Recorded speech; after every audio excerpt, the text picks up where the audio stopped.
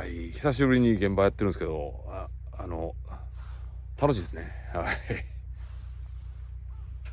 すげえ汗かいていい感じです。はい。はい、お疲れ様です。寒いですね。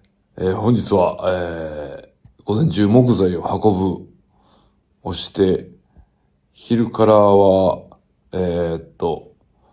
地元の役場の農林振興課で、ちょっと、いろいろお話をしてきました。はい。そんな感じです、今日は。はい。お疲れ様でした。ありがとうございます。